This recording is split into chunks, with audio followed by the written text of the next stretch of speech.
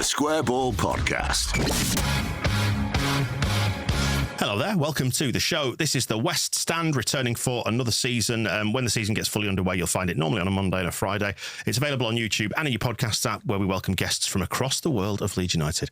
My name's Dan Moylan. With me is Dean Smith. Hello, Dean. Hello, mate. Today's show is brought to you by Saily.com. Dean, tell them about Saily. I think you'll do this better than Michael would. Will I? Well, let me give it a go. So Saily is an eSIM, so there's not a physical SIM that needs to go into your phone. And the great thing about this is it can eliminate and reduce, certainly, roaming fees abroad. As you know on this show, we love a bargain, so sign me right up. Exactly. How much? Yeah. So yeah, it's for data only. It means you've got data wherever you go. Like, so where me and Michael heading off to New Orleans for the Leeds United Americas meetup, which is great. Had a look at the roaming fees on my network. Not having a bar of that. So I'm going to be using Saily when I get there. Good for you. Yeah. And you can avoid scammers. It protects your privacy. There's loads of positives. Yeah. You don't have to buy like a SIM card for some dodgy bloke in the airport. Well, when exactly. You land. 24/7 support within the app as well. Get a full refund if your device isn't eSIM compatible, because it's for slightly newer phones only, but you can check on the Saily website, saily.com/the square ball, and that will give you a 15% discount on your data plan. That's use the code at the square ball at checkout. Get the Saily app. It's available in the App Store for both iOS and Android. And you can head to saily.com/the square ball. Get your eSIM sorted now. Data wherever you are in the world. And if you're going from country to country, especially, dead useful. Saily.com/the square ball. Our guest today is Jonny Cooper, now a published author. Yes. Thank you for having me. Congratulations. The book is out today. If you're on the video version, you will see it propped up in shot. Oh, so subtly. The book is called As Leeds Go Marching On, A History of Leeds United Through Stories, Stats and Trivia, which is exactly what you're all about. For anybody who's not seen you before, you work for Opta, the stats people, prominent on social media platforms, Twitter in particular, with interesting little snippets about Leeds United games, players, that sort of stuff. Whimsy. Whimsy. That's a perfect way to describe it. Yeah. So, yeah, we love what you do, and dead happy to give you a plug on the book. Where can you get it? Amazon, Waterstones. It's going to be out in Asda, which is nice. Do your shopping, get your peppers, and buy your book. I'm glad you went straight to I don't know what I've got peppers on the mind. I'm making sweet chili chicken later, so it's in my head. Pick up your peppers, pick up the book. That's great. It's out in hardback at the minute, is it? And then paperback will follow. Paperback next year, and then we'll do like a bit like Phil did with the Bielsa book. It'll be like an epilogue about the season. So hopefully we have a good season I can write nice stats about. So what is it about? Which is obviously a history of Leeds United through story, stats and trivia. How have you sort of done it? What's the structure of it? And was it hard to do? I'll answer that first. Yes. It was, a labour of love is the best way to describe it. I got approached in January to do it, and usually, according to the publishers, it's about 18 months from start to finish with a book. Yeah. And this was like 5 months. I was going to say, I'm doing the maths on this, and that is not it's not a long time. That's not 18 months. No, I think if it had been asked at the start of the season, I would have had a lot longer and been a little bit less stressed, probably. But and was the aim to get it out for the start of the season then? Yeah. Yes, yeah. It was. So the original premise was going to be, I'm going to do it about the 24-25 season, month by month. Talk about 23-24 as messing up the playoffs, all that kind of stuff. And then it sort of evolved from... I actually think I got approached after the Hull game when Melier dropped the ball. And they scored and drew 3-3. Mm-hmm. And I thought, crikey, if we actually make a balls of promotion, nobody's going to actually buy the book if it's just about that season. So we had a chat about it, me and Tom, who works for the publishers, and said, let's change this slightly, actually. Let's not just do it about this season. So then it kind of... My ideas was to have it about last season, but have themes of the season and then talk about our history. So the FA Cup, we're not very good in the FA Cup. So... we get knocked out of the FA Cup. Short chapter? Very short. It is actually a chapter in the book. So, but yeah, it was we get knocked out of the FA Cup. I can talk about our FA Cup history. And then we decided against that, and we sort of split it up into segments of our history. So you've got Reviera, Sergeant Wilco, FA Cup, Bielsa, David O'Leary. I had to do a bit on George Graham and all the nil-nils because there's so many stats around the boringness of our season, and Robert Molinar and people like that. And then, there's a chapter on, there's 2 chapters on last season. So there's part 1 and part 2. So part 1 ends with the Burnley 0-0, again, incredibly boring game. And then it starts with the 7-0 against Cardiff, which obviously there's loads of stats to pick up on from there. So, I think there's about 9 or 10 chapters in all. And the other one is the Great Goal Scorers as well. That's the longest chapter. And that was the first chapter I wrote. And when I said I was getting stressed, that was kind of the reason why, because it just never ended. Right. Yeah. How far back have you been able to go then?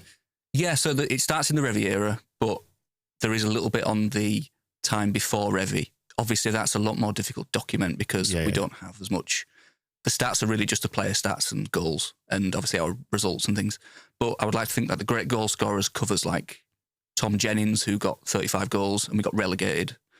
Charlie Keetley, who got 10 hat-tricks, who doesn't get that many mentions in other books. I just wanted to try and highlight the players who don't get as much of a mention from the old pre-war kind of thing. And then the Revy era, again, covers him, but it's, again, quite difficult to go into too much detail. But then again, the goal scorers, bits on Alan Clark, Peter Lorimer, there's bits in the FA Cup about when we got knocked out by Colchester, losing FA Cup finals, all that kind of stuff. So I'd like to think it does cover the entire history, just not necessarily, like that. It's kind of split over all the different chapters. Yeah, it's really good. 9 chapters. So you got the Revy era, great goal scorer, Sergeant Wilco era, O'Leary era, FA Cup, Wilderness years, that's 2004 to 2018, to anybody who wasn't listening. Bielsa era, and then the 2 parts of last season. You got a foreword by Adam Pope from BBC Radio Leeds as well? Yeah. Well, Popey got me on his radio show in 2018, just after Bielsa took over. And he was like the first person to sort of put my stats out there. He'd read them out on the radio. I used to send him loads of stuff like before games, just like Bailey Peacock Farrell's terrible goalkeeping record and things. And he'd read them out on the radio, and he'd say, this is from Jonny Cooper. And he's a really nice guy. So I'd messaged him just kind of out of the blue, really, just like, would you mind doing the forward, please, Popey? And he was like, yeah, it'd be an absolute pleasure. And I was blushing, really, when I was reading it. It was so nice. And it's really, really nice. Done a really nice job. Have you skimmed to the acknowledgements, Dean? No. Do you know get some mention in that? You? Oh, yeah.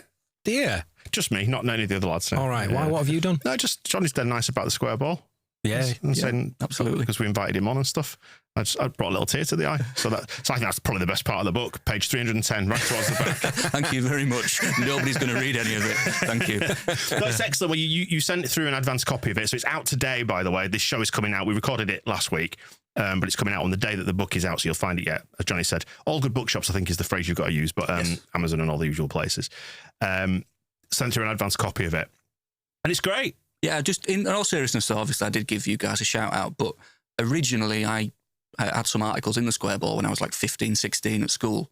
And then it was when I got back in touch a couple of years ago, and obviously, knew you from all those years ago and whatever. But yeah, you did give me my big break in the Leeds United world. Yeah, right. It's just like Phil Hay, I suppose. It's actually here, this. Yeah, one of the copies that I wrote in, I remember having it at home, and I'm in that. It's quite strange. What a springboard. What a springboard. No, I mean, look, it's entirely on your own talents and absolutely incredible idea for detail, but also the ability to pull a little story out of numbers, I think, as well, is the real talent there. That's what I was going to ask, right? So with stats and with the idea of what it is to go to football games, for me, going to a football game is about the feeling. It's about the emotions that 90 minutes those players give. Do you think that stats can add to feeling? Like for you, when you dig through the numbers, does it give you a buzz as to see what your eyes and your emotions are in investigating on the pitch? Like, does it all add up? Yeah, definitely. I like to track records. That's the big thing. And I like to mention players from the past. So, to give you an example, Joel Piroux in that Stoke game, when he scored 4 in the first half, again, this is really sad. So like, you're talking about you go to games for emotion. That was an emotional half. Yeah. Like, I was giving it as much as anybody when we were 2-0 up and whatever, that kind of stuff. But when he scored 4 goals in my head, I'm straight away thinking, shit, has that happened before? And I've not got my spreadsheets. I can't check. Right, so we've got Viduka immediately springs. Viduka, yeah. I'm just thinking. Wasn't in one half, though. Yeah, that's the thing. Yeah. There was Viduka, and then there was Ross McCormack and Charlton, Brian Dean in that 6-1 QPR game. Yeah.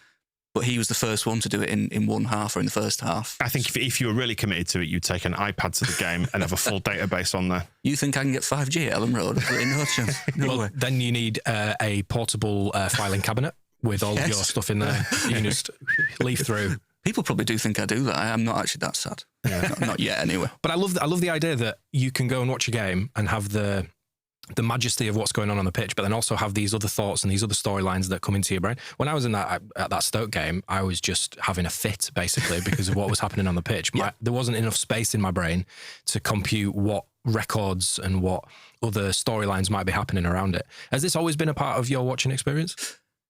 It has, but definitely more in the last 10, 15 years, probably 10 years. I've been at Opta in 2 days for 10 years. Oh, so wow. It's like a bit of a milestone. And that has definitely changed because I've grown the Leeds United database. I've got out a lot more in that time. And suddenly I've got, I can basically work out it feels like almost anything about, the stuff that I've got written down, which you'll just be looking at me like, God, get a life, But Cooperman. Like Superman. Yep, I got it. But yeah. In cinemas now. What? It is, isn't it? There's another Superman. It is. Are we plugging that? Not officially. Fair enough. Not being paid to do it. Actually, we're not being paid to do this. He's just bribed me with nice words in the acknowledgements, to be fair. Let's get him on. Makes me feel nice. I agree. It's dead funny, like, thinking about how you described that and your experience of that, Jonny, as well. And you've been on a few times. So, if we are repeating anything from previous shows, apologies for that. But it's well worth covering this ground because I love what it is that you do. I took refuge in numbers towards the back end of the promotion season, as we discussed quite a bit, yes, both on the show and off mic as well. Just started spreadsheeting things out to just try and find a reason. It's pathetic, really, isn't it? Like, I was trying to find a reason why it would work out all right at the end of that season, and it did. And as soon as it started working out, when we got round to that Stoke game, I just closed down all the spreadsheets. It was a coping mechanism. Yeah, completely. Yeah. It's the absolute the comfort blanket of numbers. I think, that's what used to make me laugh when I came on, because I'd obviously be reading out, got all the numbers like most shots in the division, not facing any shots, were, most clean sheet apart from Burnley. All these numbers were saying we are the best team in the league, one of the best teams on record in the Championship. And I'd be reading it out, and obviously, usually it's Michael. First time I've had Dean there, but, sometimes you just there was like that look of like, yeah, but it's Leeds, though, isn't it? What are you saying? You got it in the first couple of words. There. Yeah, but. Yeah. It used to be, that was what, and I used to have to try and really, really hard to try and convince you. But that's the beautiful thing about football, isn't it? It's the intangible stuff. That's what the numbers are saying. I mean, it goes back to that stat, which was an Opta stat, which has been a millstone around my neck ever since. I know this is. The 8 points from the first 5 games in the Premier League. 96% of teams stay up, and of course we booked that trend, and we were in the 4%. Yeah. And I remember saying it at the time and saying, like, if there's a team that can book that trend, it'll be Leeds, and we did. So that's not the bit everyone remembers. Everyone remembers me saying the stat, and it was a you stat. I don't actually think it was actually stat. Me. It was Opta, but yeah, But it was a royal you. Yeah, it's my fault. Yeah, but yeah, I loved your spreadsheets. You showed me in forensic detail last time I came in. And Encourage him, please. Yeah. Sorry. Do you know? I've vowed. I've promised to myself. Now we're going into the Premier League not to do that. How long will that last? No, I think it'll last all season. Do you think? Yeah. I'm fully accepting of the fact that we can go down, and if we do, I go okay, because the dice are so loaded against you when you go up because of the PSR regulations and the way that. Well, I mean, look at what like Man United are doing with like they're both signing 200 million quid's worth of players, despite apparently being over a bit of a financial barrel. So. The whole system is loaded against newly promoted teams. So I've already made peace with the idea that we could go down. Yeah, but if it's close come March, those spreadsheets are backloaded. I don't think so. Do you not think? No, not this time. Will you remember this, Jonny? And we'll come back in. Of course I remember this. I'll have my spreadsheets as well. So good lad. So you talk about how football makes you feel. That's how I feel about this Premier League season. I go into it with optimism and hope, and think if it doesn't work out, then it doesn't work out. I'm not saying I'm going to enjoy it, or that I won't be tearing my hair out by the end of it.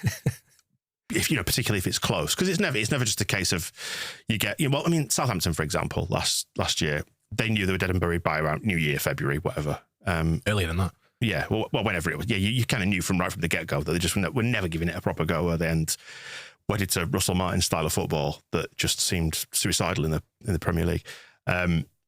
Yeah, but if Leeds are going to do it, it will be tight and it'll be awful.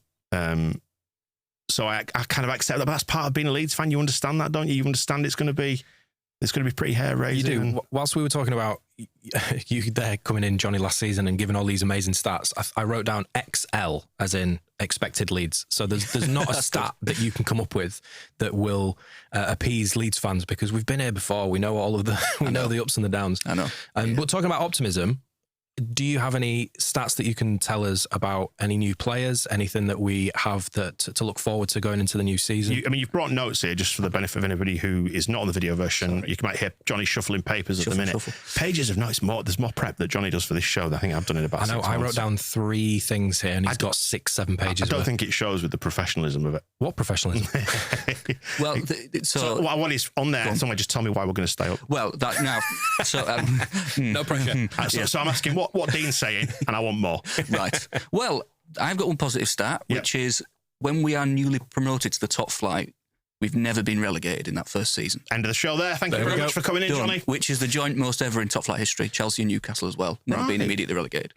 But you look at our last few promoted seasons, obviously Bielsa finished 9th, 1990-91 finished 4th, 64-65 finished 2nd under Revie. I think we lost it on goal average to Man United. 56-57 finished 8th, 32-33 finished 8th.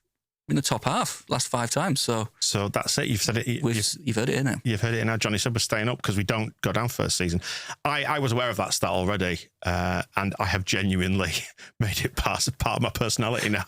I've completely folded it. I think we don't go down first season, so we're going to be fine. Yeah. Tell myself that story. Yeah. This stage of the season is so much fun, so much hope, so much optimism, so much bargaining. But it's weird, isn't it, going into a new season when you've got that optimism and you're never more optimistic than you are going into that first game of the season because nothing's off the table before you see them take to the field. And I know we've seen like the pre-season friendlies and the Villarreal game gave me a bit of hope thinking we could compete against a Champions League outfit. Don't know what happened against Milan because this is coming out after it, by the way, just to timestamp it. But you go into that first game of the season when the sun is out and the pitch looks amazing and you think, maybe, just maybe, we'll book every single trend here. Well, why not? I mean, if you don't have a bit of hope, then what's the point of even turning up? I mean, it's a hope that kills you. But I think the Everton game, I really like that as a fixture. Just Monday night football should be quite a nice night. People will be in the pub for a few hours, getting ready for it, and then it'll be under the lights. And I just think that'll be a really good night. Because it's a Premier League. Leeds versus Everton is a Premier League fixture. Probably, It's not one of the division's big hitters where you think, well, we've probably got no chance in that. But it's a proper club in inverted commas, and you give yourself a chance, don't you? Because that's the other thing is like I was just going to counterpoint the talk about hope and going into that first game with hope, but it's weird viewing it sort of through a wider lens and looking at the whole season where you're almost ready to write off a certain number of games because of how difficult the Premier League is and going, well, it's going to be a scrap to survive. We're basically now we're fighting to get to 35 points here or whatever, whatever the target might be, that you are never more optimistic than you are now. But it's tempered by quite a grim realism, I think, is getting back into the Premier League now, which I don't think Sunderland have been infected by it yet because they've been away probably for a little bit too long and they've got caught up in the wave of signing new players. I feel like we're going into this with a kind of a dour, gritty approach to it that sits alongside that optimism. Yeah. Well, sorry, but when we got promoted 5 years ago, we went into it where we had Bielsa and it was a bit different, but I was so excited, even though it was Liverpool first games. We're gonna obviously we nearly did beat them or nearly got a draw. Whereas this time around, we've been relegated. We've been through it. The last 2 seasons were just, I mean, the relegation season was just abysmal. The end of the season, anyway. And like you said, Sunderland have had those few years out, been to League One as well, and then come back and signed some good players, to be fair, Sunderland. So, they have got that chirpy optimism where kind of like, yeah, we've seen it, haven't we? And, it might go down, might stay up, whatever. 3 points from the opening 4. Bloody hell. Imagine you've just done a play about it, Dean, haven't you, sir? I have, yeah.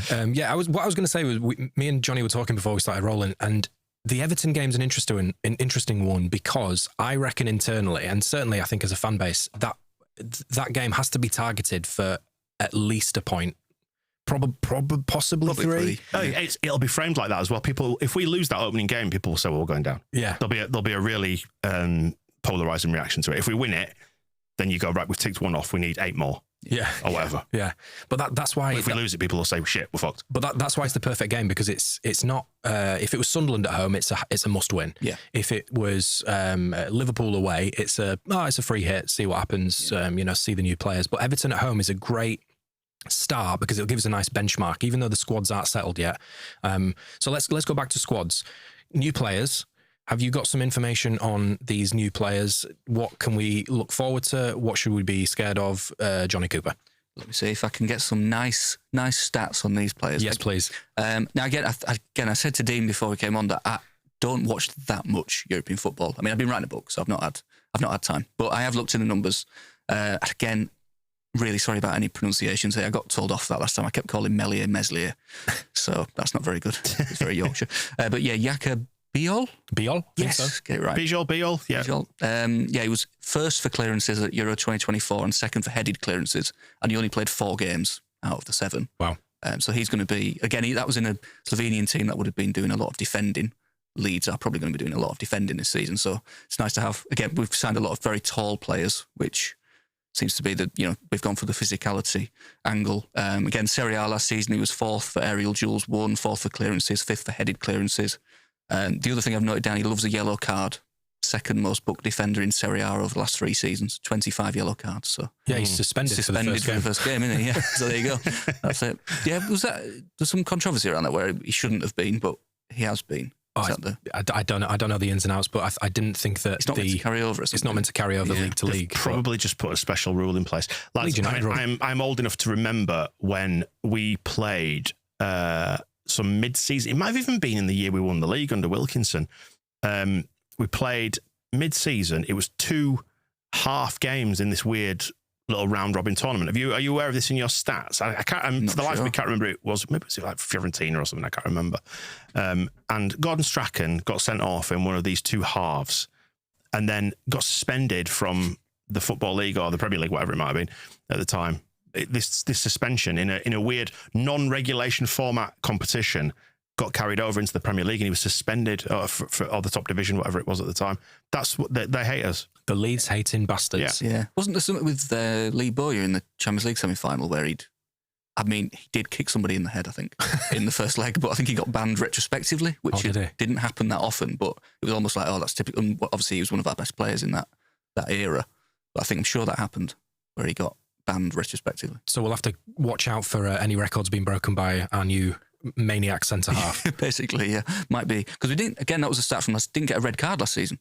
Yeah, of course. First time for 30 years we didn't get a red card. You 30 leads and all that sort of never got sent off. So actually, I mean, is there anything in the stats, and I don't know if this is something you'll have to hand, but about how many tackles we made versus like just straight up interceptions? Because it feels like Farke's style of football is a little bit more like interception based, or nicking the ball rather than big crunching tackles and players that go to ground. Because I'm fairly sure that as part of the recruitment metrics that they're using this time is players' propensity for going to ground when making tackles rather than staying on the feet. Oh, right. I didn't know that. Yeah. I'm not sure about stats to back that up. I mean, obviously teams who have more possession are less likely to make a tackle because you've got the ball. Yeah. But obviously next season that's probably not going to be the case. So that does make sense. We have got Anton Stack, who was top for interceptions in the Bundesliga over the last 2 seasons, and does look really good in pre-season. He's got a little bit of a weirdo element to his social media as well. Like he does, yeah. Which I really like.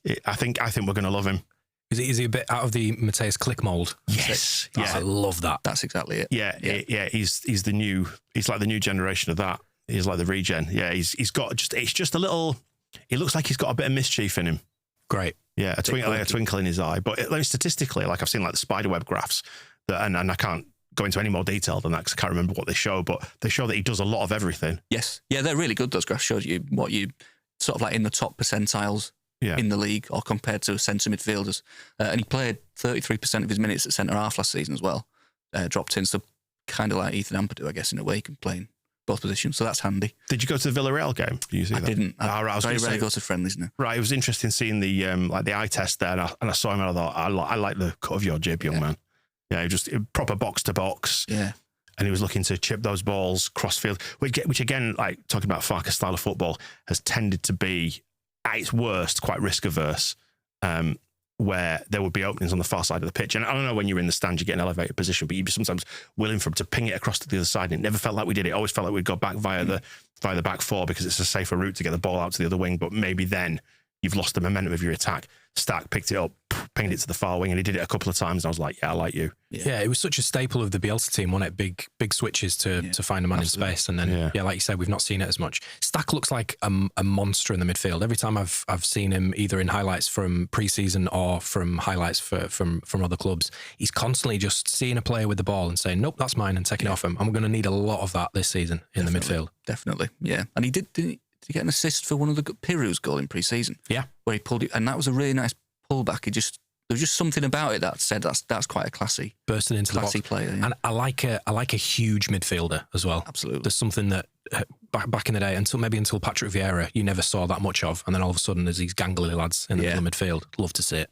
Yeah, what do you reckon of the Big Bastards recruitment thing? Is there anything about height in your stats? No, I've been asked that actually, and I can't really give a clue behind why it is. I mean, again, physicality stats are a bit more difficult to kind of dual success, for instance. There is very, very little between top and bottom in the Premier League. It doesn't necessarily. I mean, I think Ipswich were like third for dual success in the Premier League last year, but it doesn't correlate to height that you can tell. No, not particularly. I think I did speak to an Ipswich fan recently, and they said the recruitment team would have rather have done what we've done, where we've picked physical players rather than they signed quite a lot of technical players, smaller players, and kind of got bullied, I think, out of a lot of games. So yeah, that's what I do wonder about what Sunderland have done.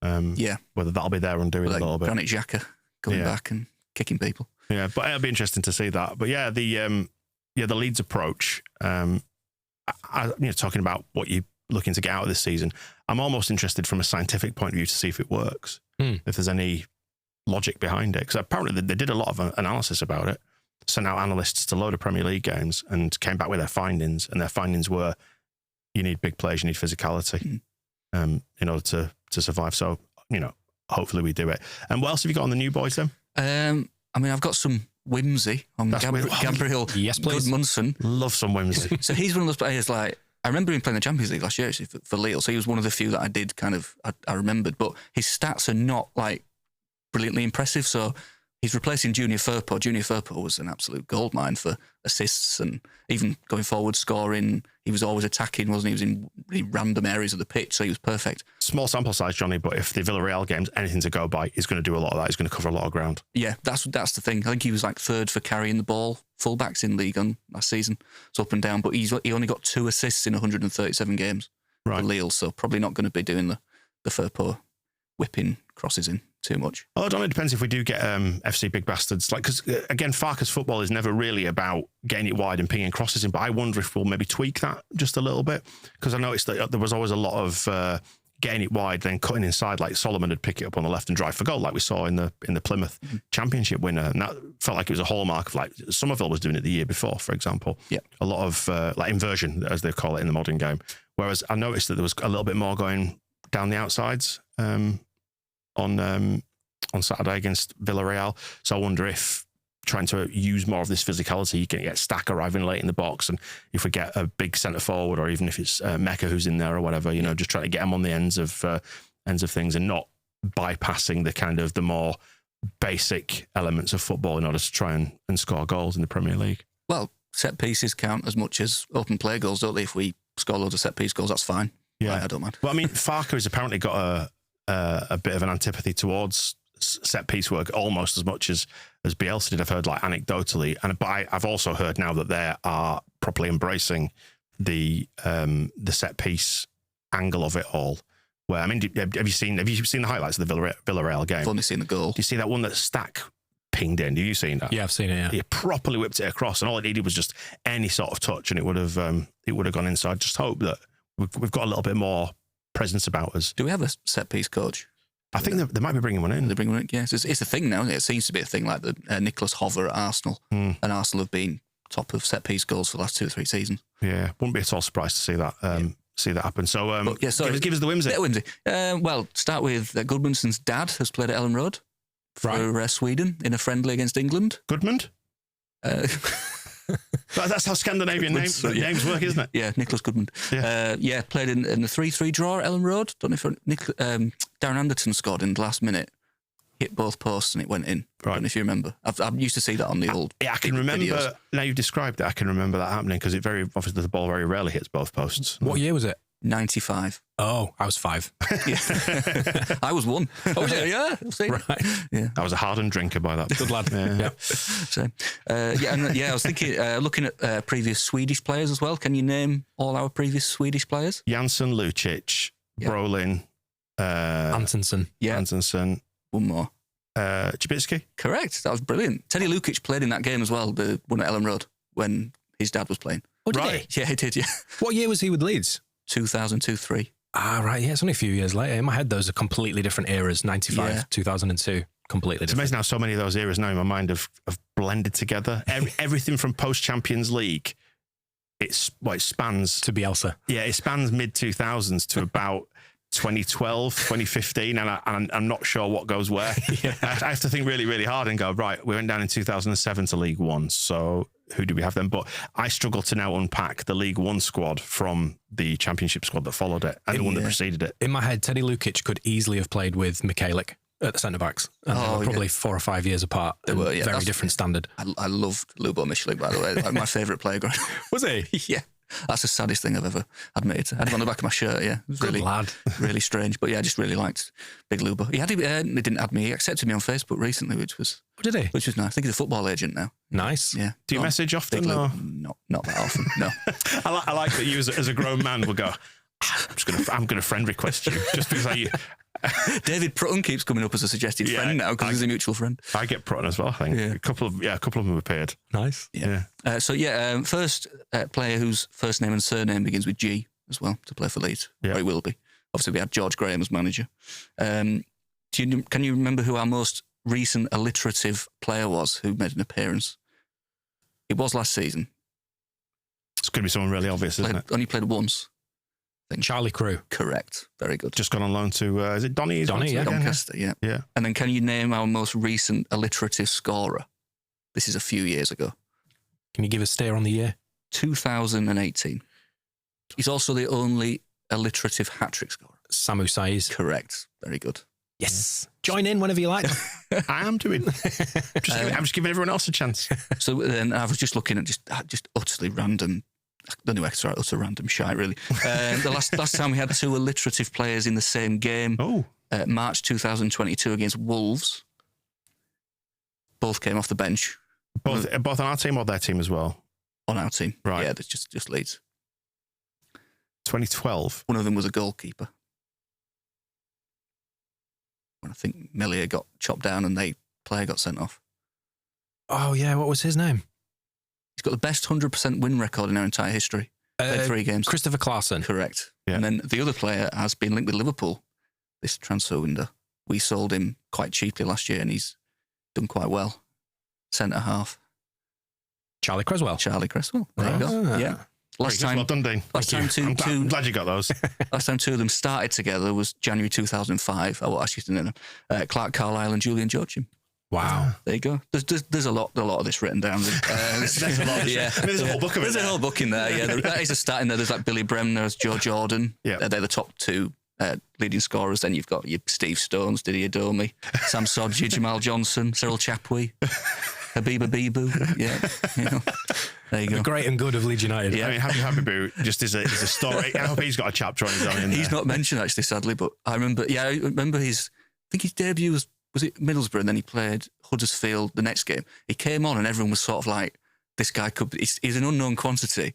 And the ball got thrown down the line just in front of where he's sitting. It sort of bounced and he just straight over his head out of play. And everyone kind of went, shit. Nice. Oh, no, he's not good. Not good. But Next.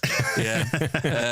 So the other one as well, Gabriel Goodmanson, the first player in the club's history to have both an alliterative name and also have a name that contains all 5 vowels in the alphabet.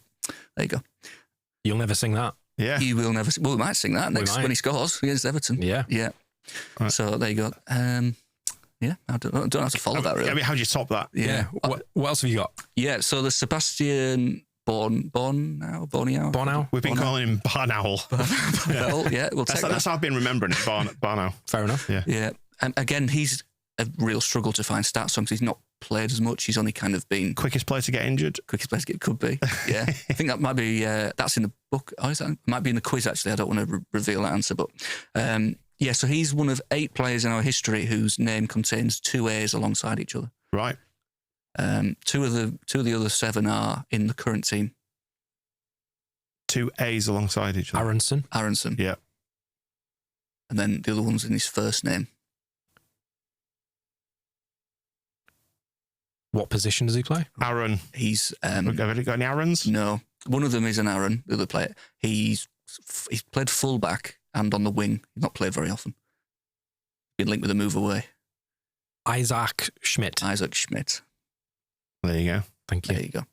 Then the others, Aaron Baker, 2 games in 1927. Of course. He was yeah. the brother of our first captain, Jim Baker. Oh. As well. And then Rob Molinar, Alfinger Haaland, Aaron Lennon, and Arpo Harmer. Ah, Yeah. How was that? The game he scored his only goal, QPR. what a time to be alive. There you go.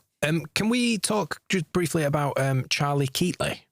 Of course. So I was skimming through the book, and I woke up this morning thinking, is today going to be the day that we sign a striker? And then I was thinking, can we just get him back? Yes. Because my good God, there was a stat, I'm going to butcher it, but he was the top scorer in his first 10, 20, blah, blah, That's blah. it, yeah. 150 games, he scored 130 something goals. Yeah, I think, he got 11 in his first 10, I think. And then he had as good as a goal per game in his first 27 games. What era was this, sorry? 1920s, Right. 20s and 30s. Okay. Yeah. Scored, I think something like 4 hat-tricks in his first 20 games or something bonkers. Yeah, and he was just unbelievable. Scored a hat-trick on his top flight debut for us, first game of the season. And yeah, just like an unbelievable 10 hat-tricks, which is second most behind John Charles. If you had a time machine, I know there's the whole going back and getting the sports almanac kind of Back to the Future, make your fortune angle on this, but I would love to go back 100 years and watch football and just to see what it was like back then. Just blokes clattering into each other on muddy fields. It would be very, very different to now. Yeah. It would be unrecognisable. I feel like the goalie would be wearing like a knitted sweater. Yeah, smoking. Yeah, with a cap on. Yeah. I'd never heard of him. Yeah, that's the thing, that he never really gets a mention in many, but he sort of like gets a little brief. And we signed, because Charlie Keetley, he was one of 5 brothers, I think. And we had a manager called Dick Ray who had signed them all at his previous club. I think it might have been Doncaster. And then Charlie Keetley was playing in like non-league in Derbyshire or something. And then we signed him and he just scored an absolute ton of goals. And again, it was weird in that era. You got like Tom Jennings as well, who was a bit before. He's got 35 goals and we got relegated, which is the most ever by a player to get relegated. And you think now, like, if a player's got 35 Premier League goals, that's unbelievable. Again, this is why it's a different era. But he stayed in the second division with Leeds, got us promoted again. Like, nobody would stick around. If he's got 35 goals in the Premier League, you're getting a move to Barcelona probably or something. Yeah. But it's just a completely different time. And then I think he got blood poisoning or something and didn't play as much. But he's still our like 3rd or 4th top goal scorer ever. Yeah, I can't believe I'd never heard of him. Got consumption or something, like an old disease. Yeah. Oh, have you ever seen the... probably shouldn't laugh about this, but the first England captain was a guy called, I think he's called Cuthbert Ottaway. Right. He died when he was in his 20s. Right. He died. Not funny so far. No, he died of a chill from a night's dancing. Like, I've never seen that before or since. So they were dancing, got caught a chill, and then died. So that's basically what's on the death certificate. Yeah. I wonder what that translates to in modern medicine. Mind you, I've been in Ellen Road. I mean, Ellen Road's cold in winter. So there's a possibility it could happen again. But you won't be dancing. But don't start dancing. Dance.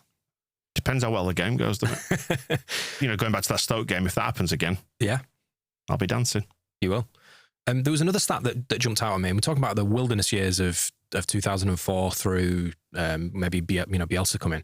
But there was a stat about 20 plus goals. Ray Hankins scored 20 plus goals in 78, and then there was a 20-year gap before another player scored 20 plus goals, and it was Jimmy Hasselbank in 98. That just feels like it just shouldn't happen just for statistical reasons. Like, surely somebody's going to notch 20 goals. I'm really sorry Lee Chapman was in between. Oh God.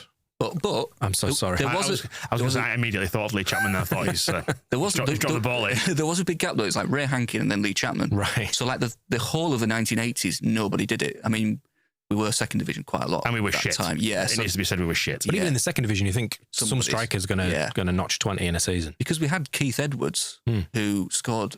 He's like one of Sheffield United's top goal scorers of all time. And he only scored like 10 goals in 50 games for Leeds. Yeah, super sub. Yeah.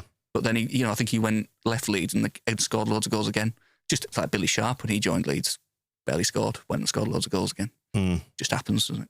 Yeah, I associate Keith Edwards with just coming off the bench in like the FA Cup semi-final times and doing that. And then crying when Coventry beat us in the FA Cup semi-final. Oh, why didn't we get to the final and win it that year? That would have been nice. The FA Cup record, we mentioned that before.